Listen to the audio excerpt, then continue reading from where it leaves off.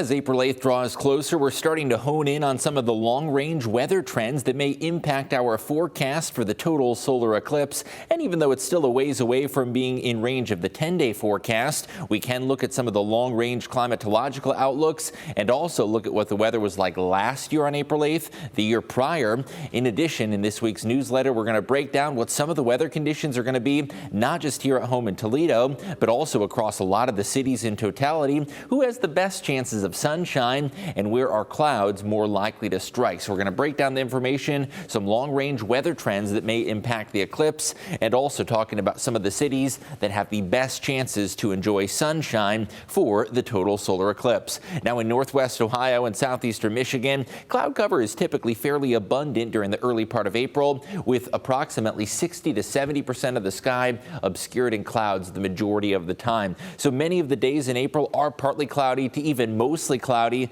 However, sunshine still can arrive, sometimes just when you need it the most. Now, what does normal April 8th weather look like, not only here at home in Toledo, but also across a number of Midwestern cities that will be in the path of totality? Well, I selected a few other cities that are in the path, cities that you may have family or friends in or have visited in the past. In terms of temperatures, our normal high for April 8th in Toledo is 58. Now, the further north you go, of course, the colder it gets. Buffalo, New York, and Erie, Pennsylvania, their temperatures are a good deal colder than they are in Toledo. Not surprisingly, all of those Lake Erie cities do have quite a bit of cloud cover that is typical for the early portion of April. Mostly cloudy skies is standard in Toledo, Buffalo, and Erie. Now, Carbondale, Illinois, that's a very unique location on the map because it was not only in the path of the 2017 Great American Eclipse, but also finds itself in the path of totality once again. Temperatures in Carbondale are considerably warmer. In the southern portion of Illinois, temperatures typically reach the mid-60s this time of year. As far as the sky cover goes, cloudy conditions are typical in Toledo. Buffalo is often chilly this time of year. It is usually cloudy in Erie, and Carbondale is quite a bit milder. A couple other cities for comparison: Cleveland, Ohio. Right along the Ohio Turnpike, a lot of people will be driving to and from based on how the weather forecast is looking. In Cleveland, cloud cover is often par for the course this time of year, with a high temperature typically around 57. In other words, the climatology, or the normal, is fairly similar in Toledo to what it is in Cleveland. In Indianapolis, not surprisingly, the weather is a little bit warmer and also a little bit brighter. Typically in early April, the high temperature in Indy is 61 degrees. We are a little bit of a more southern latitude with partly sunny skies. And Dallas, Texas, one of the best spots you can view the eclipse from. The normal temperature is 75 degrees and the sky cover is typically a bit more sunny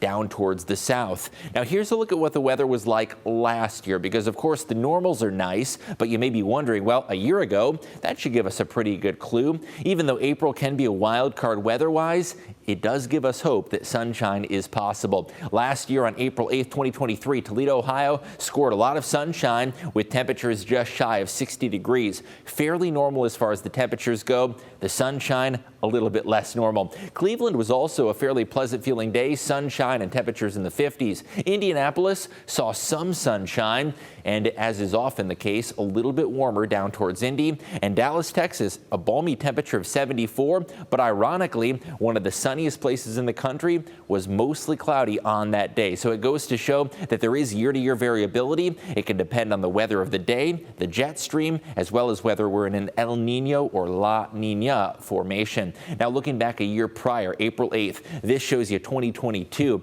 Conditions were quite a bit different. We flipped the script that year. Even though we got sunshine on last April 8th, there were showers not only here in Toledo, but also Cleveland and Indianapolis. Rain was reported in all three of those big Midwestern cities that will all be in the path of totality in just a couple of weeks. Temperatures were also colder than average. In fact, Toledo was the mildest of the trio of those cities with a temperature of 51 degrees. Cleveland was at 49. Indy only made it up to 48 on that April 8th, 2022 date. And Dallas, Texas saw more typical sunshine that you would expect from that far south of latitude. However, temperatures weren't all that warm, only in the upper 60s in Dallas. Now, the best chances of April 8th sun. I want to talk about some of the big cities in the path of totality and who has the best chances, who has the worst chance. Of course, there is some subjectivity to this measure, but we can rank them.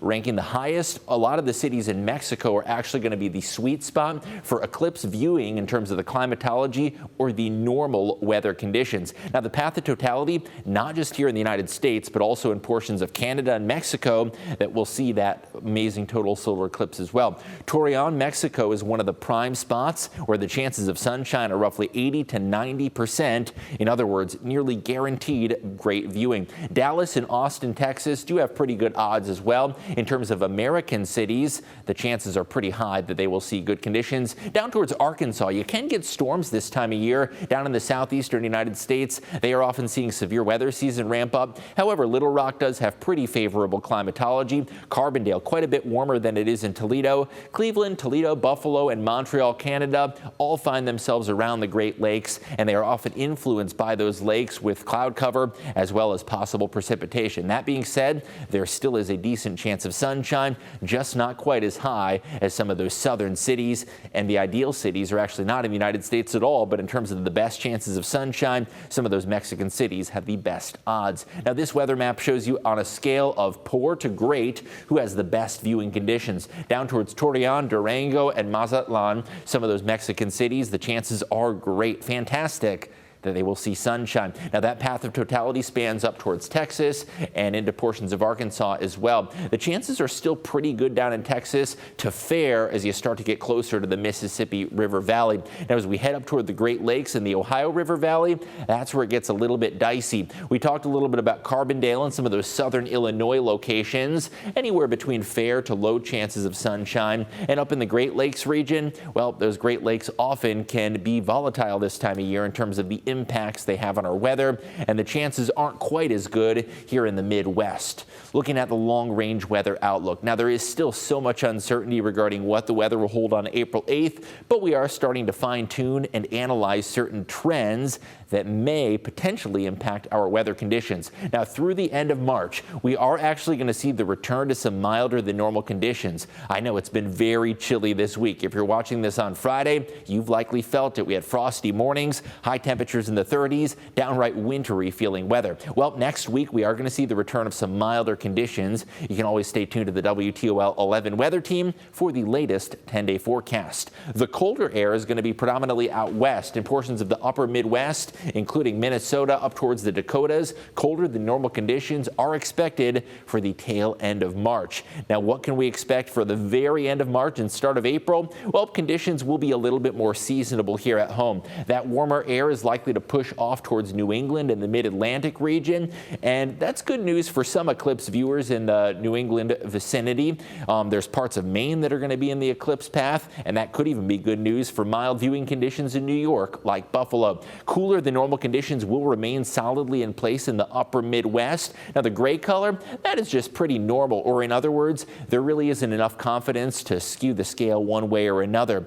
So for early April, temperature-wise, likely to be somewhat in the vicinity of normal, not really seeing any signs of major warmth, but also no signs of major cold in terms of that early April forecast. The long-range trend, cooler than normal conditions, are going to be likely at least through the start of April. However, we are going to see that brief-lived warm up into next week. Temperature-wise, we're likely to level out and fall somewhere in the vicinity of normal to slightly cooler than normal. Now, in the next several days, we have maintained that chilly forecast northwest breeze across the good portion of the Great Lakes region. Temperatures have really been below normal in the upper 30s this week. In terms of precipitation, well, we are seeing signs that that is expected to be near normal to perhaps slightly wetter than average. Now, precip is a variable that is often hard to predict this far out, simply because there is so much variability that depends on the jet stream. It depends on the individual weather pattern of the week and the day.